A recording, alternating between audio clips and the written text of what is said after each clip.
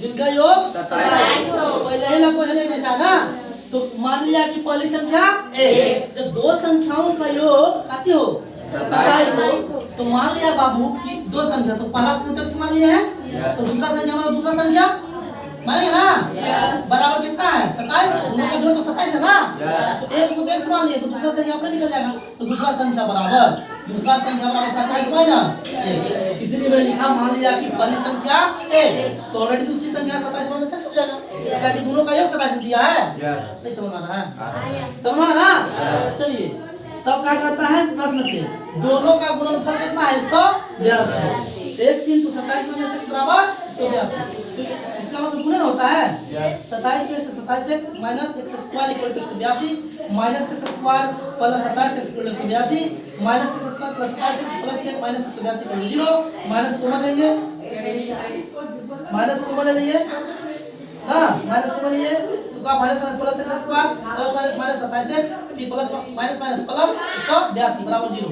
x square minus 27x plus 182 minus 0 खत्म हो गया, माइनस होगा ना। अब देखो x square plus bx plus c बराबर क्या है गुणनखंड का ही जब भैया बात में बोलते हैं बात करते हैं बात में के रूप में रहे तो उसका मूल ज्ञात होता है, गुणनखंड ज्ञात होता है, गुणनखंड ज्ञात कर देंगे।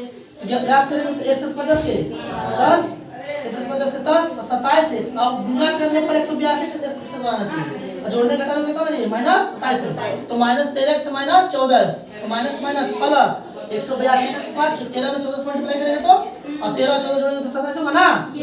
तो दिक्कत है प्लस 182 दोनों ब्रैकेट में करेंगे x square minus 13x minus 14x minus plus 182 बराबर 0। x कॉमन लेंगे क्योंकि एक रूट x है, x माइनस 13 बचा फिर माइनस ऑलरेडी 10 के 10 14 कॉमन लेंगे, 14 यहाँ भी है 14 के टेबल में 182 भी आता है, तो 14 कॉमन लिए तो 14 के 14 x बचा फिर प्लस माइनस माइनस 14 के पारा 13 बार पड़ेगा तो 182 जाएगा। कोई दिक्कत है नहीं। देखो एक ब्रैकेट वाला को सबसे पहले लेंगे x माइनस 13 x माइनस बराबर 0 x बराबर 13 फिर कॉमन वाला को x माइनस 14 बराबर 0 तो x बराबर 0 तो 14 0 14 0 जोड़ेंगे 14 होगा x बराबर 14। कोई दिक्कत है नहीं समझ में आ गया? बंद कर दो।